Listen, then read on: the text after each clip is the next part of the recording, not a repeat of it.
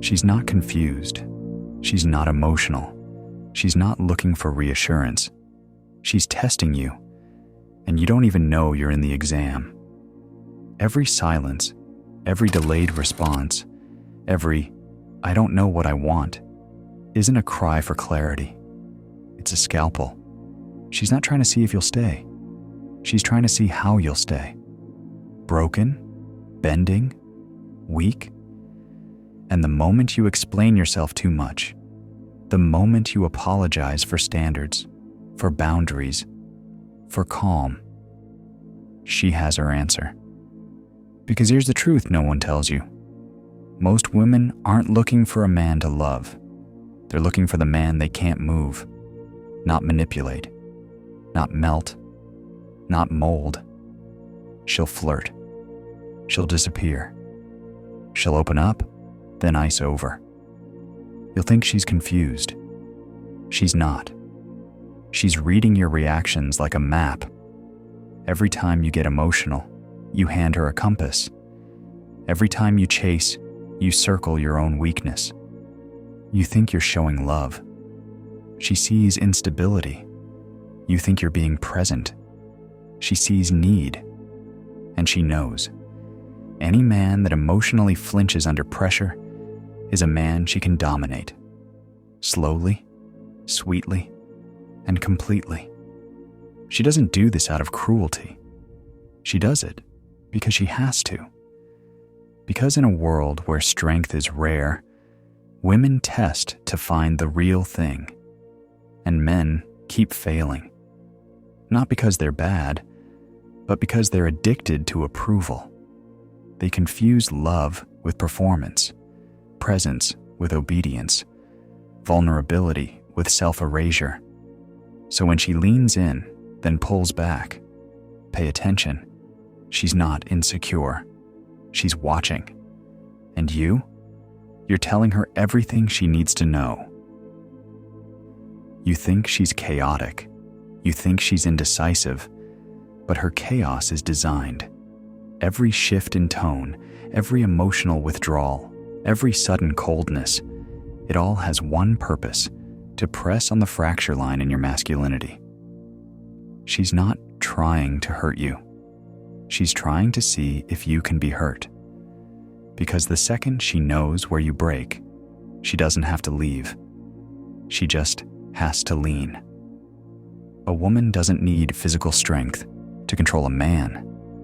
All she needs is knowledge of your fears, your soft spots, your emotional reflexes, the things you defend too quickly, the things you explain too much, the way your energy drops the moment she pulls away. That's her leverage. And you gave it to her, not because she took it, but because you were too busy trying to make it work, too busy proving you're different, too busy believing love is earned through emotional labor. It's not. Love, real love, doesn't need explanation, doesn't need performance. It's silent, it's felt, and it never apologizes for standing still. But here you are, overthinking her text frequency, replaying her tone, wondering if maybe it's your fault. Maybe you were too much, maybe not enough. That doubt? That's not hers, that's yours. And the moment she sees you negotiating your value, the test ends. You failed because you proved that your center is up for grabs. She needed to know, if she pushes, do you hold? If she doubts you, do you shrink? If she disappears, do you chase? And now she knows. You weren't leading the relationship. You were trying to survive it. That's not love. That's emotional servitude. You thought she left because of who you were, but she left because of who you became around her. That's the part that stings. You didn't lie. You didn't cheat. You didn't disrespect her. You just stopped being the man she was testing for. The edge faded. The presence softened. You let your desire to keep her outweigh your ability to stand without her. She didn't want your pain. She wanted your posture. But you gave her poetry. You gave her openness. You gave her versions of yourself that bled for acceptance and died for peace. And now you sit there, calling it heartbreak. But it's not heartbreak. It's withdrawal. You were addicted to how she made you feel about yourself. Now that it's gone, you're not mourning the woman. You're mourning the identity that depended on her gaze to exist. Every good morning text, every late night call, every moment you felt seen was just validation.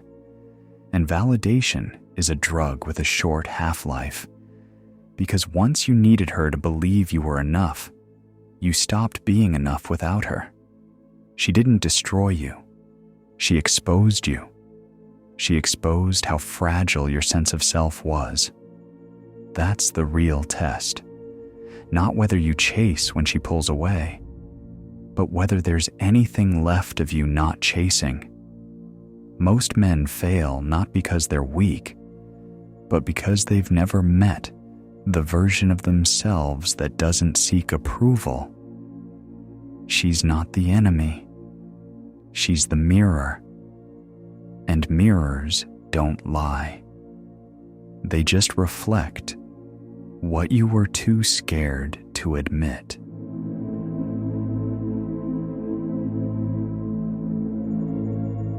Every man says he wants a strong woman until she reveals the cracks in his frame, until she questions what he believes, until she challenges the way he leads, until she withdraws affection just to see how he holds the silence. And here's the brutal truth. She doesn't want to destroy you. She wants to see if you already destroyed yourself before she even got there. Because a woman knows. A man who abandons himself just to be loved will eventually abandon her the moment he doesn't feel wanted. That's why she tests. Not to hurt you, to measure you, to feel the weight of your presence when she offers resistance, to see if your masculinity is a mask or a root. You thought your vulnerability would win her over, but it only worked because she hadn't seen it cost you your spine yet. You cried too soon. You gave too much too fast. You spoke before silence had done its work. And now, she doesn't feel safe.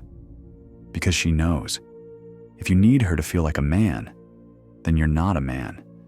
You're a reflection of her mood, unstable, uncentered, easily moved. You keep asking, why would she test me? The answer is simple, because the world tests her every day, and she needs to know the man next to her won't collapse at the first sign of emotional tension. You say she should just love you, but love without respect is pity, and no woman stays where she pities. She wanted to stand beside something unshakable, but you gave her something under construction. And no matter how nice your intentions were, she didn't sign up to be your scaffolding.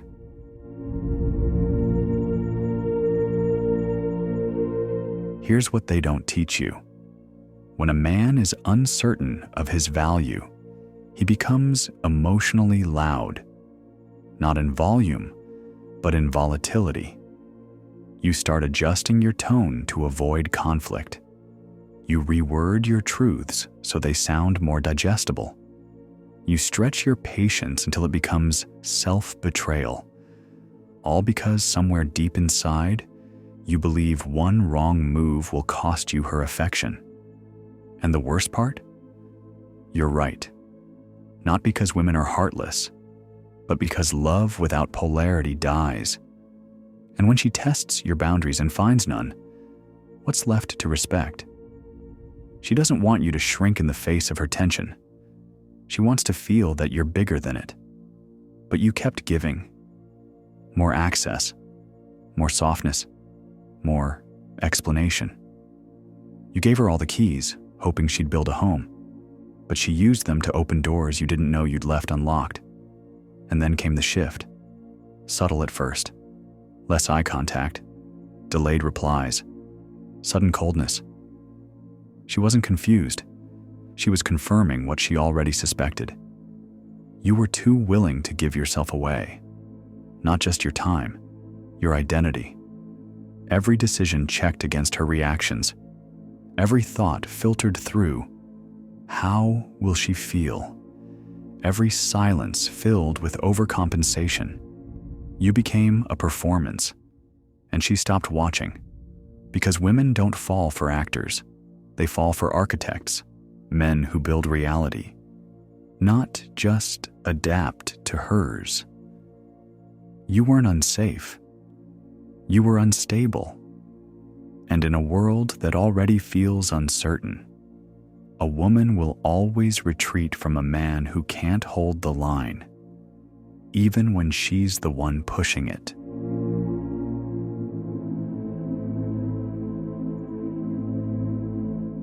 Sometimes it arrives quietly, like a slow leak in your identity.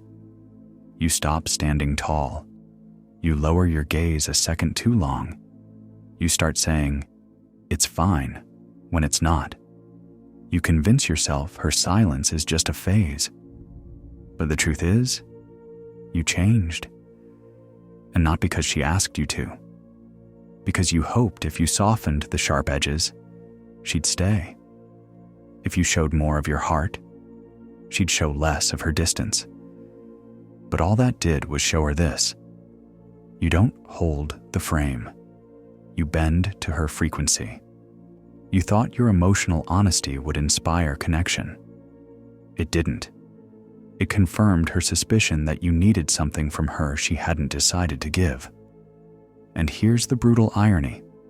The moment you depend on a woman for validation is the moment she starts losing respect for you, even if she once felt something real. Because love built on need rots. It starts as desire, becomes dependence, and ends in quiet disgust. You wanted to be close. She wanted to feel you were complete before she got there. But you weren't. You were reaching, grasping, gripping too tightly to moments she had already forgotten. And she saw it. Not the desperation, the emptiness, not in your words, but in your energy. You didn't collapse because she left. She left because you already had. Inside, piece by piece, every time you chose her comfort over your clarity, every time you silenced your instincts for her convenience, every time you abandoned the man she was drawn to become the one you thought she needed. You weren't tested, you were exposed. Part 7. You want to rebuild? Start here. Stop calling it heartbreak. Call it what it was, a lesson in emotional architecture. You designed your value around her perception, and when she withdrew, the whole structure crumbled. That wasn't love. That was dependence disguised as intimacy. So, no, you don't need closure from her. You need exposure to yourself. You need to walk through the wreckage and study the blueprint. Where did you overextend? Where did you speak when silence had more weight? Where did you perform instead of lead? This is where men are forged. Not in the moments they're chosen, but in the aftermath of being discarded. Can you sit with the void she left, without begging it to be filled? Without numbing it with distractions? Without turning your pain into bitterness? Can you let the silence mold you, not break you? Because power isn't found in reaction. It's found in the man who doesn't flinch when nothing is being given. She stopped testing you long ago. Now life is. And life doesn't care how much you loved her. It only asks one thing. Did you love yourself enough to never become that man again? The man who chases, who proves, who leaks energy, trying to hold someone who's already halfway out the door. That man dies now. Not because she left, but because you're finally ready to leave him. And the man who rises? He's not louder. He's not colder. He's just still. So still that the next time someone tests him, they meet not confusion, but clarity.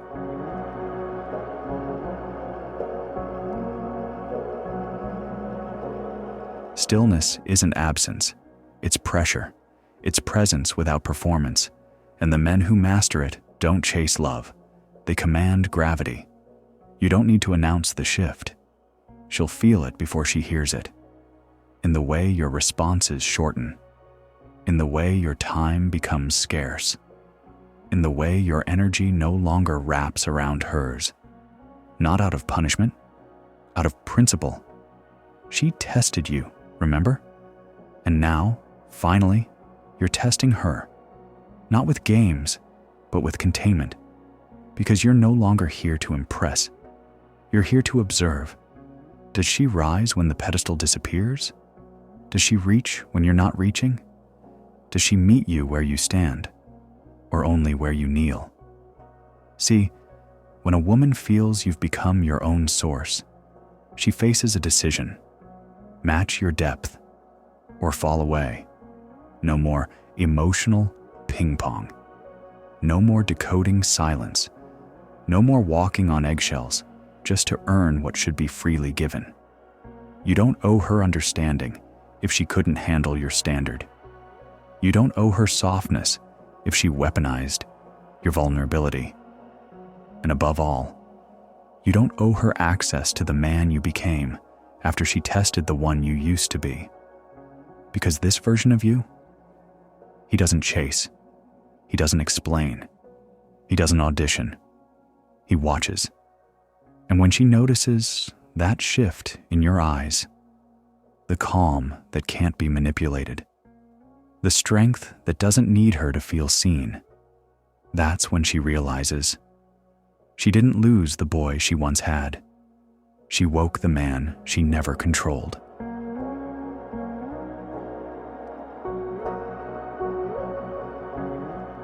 She'll notice, not just the silence, but the shift. It won't be your distance that confuses her. It'll be your indifference. Not cold, not cruel, just still. She'll send a message, subtle, harmless on the surface. A song, a memory, a line like, thinking of you lately. Not to reconnect, to retest. Because women always return to check the foundation they once cracked. Not to fix it, to see if it still falls apart. And this time, you don't remind her of what you had. You don't ask her what changed. Because now, you're not curious. You're clear. Clear that her interest was never the gift. Your attention was, and you gave it away like it cost you nothing. But not anymore. Now, every second of your presence is deliberate. Now, every word you speak carries weight. Now, every silence isn't an invitation. It's a boundary. She won't know how to react because she's never met this version of you. The one who doesn't play emotional chess. You no longer need her energy to feel like a man. You are one, quietly, firmly, fully. And whether she comes back or disappears for good, it doesn't shake you because your value was never tied to her reaction. It was forged in the fire she started and the one you refused to put out just to keep her warm. You didn't change to win her back. You changed to never lose yourself again. She tested you because she needed to know, is your masculinity felt or just performed? And now she has her answer. But more importantly, you do too. You saw what happens when you chase softness with no spine, when you confuse surrender with intimacy, when you mold yourself into a shape that she finds convenient. then wonder why she no longer respects it. She didn't walk away from who you are. She walked away from what you became to keep her. And now, you don't hate her. You don't fear her. You don't need to prove anything to her. Because now, you understand. She was never the prize. You were. Not the broken you. Not the begging you. Not the boy inside who just wanted to be seen. But the man who rises after. The man who sees tests as filters, not attacks. Who doesn't explain his strength. He just embodies it. So when she looks back, she won't see the version of you she left. She'll see the one she created by leaving. And when she reaches, if she ever does, you won't be cold. You won't be cruel. You won't be bitter. You'll just look her in the eyes and say, you weren't looking for love. You were looking for a fault line. And then you let her find out what happens when the ground doesn't move.